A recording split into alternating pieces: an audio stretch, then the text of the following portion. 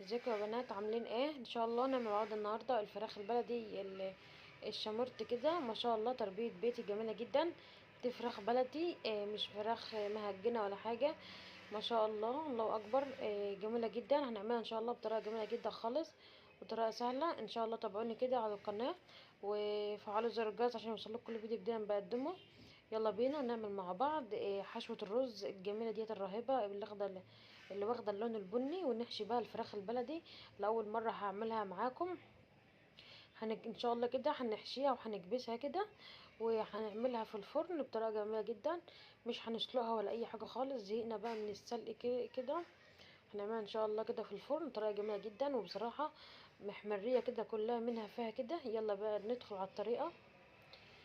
معايا كده حلة فاضية على النار، حطيت فيها معلقتين من الزيت ومسخنة الحلة كويس. هنزل عليها بالكبد والقوانص بعد ما غسلتها غسلة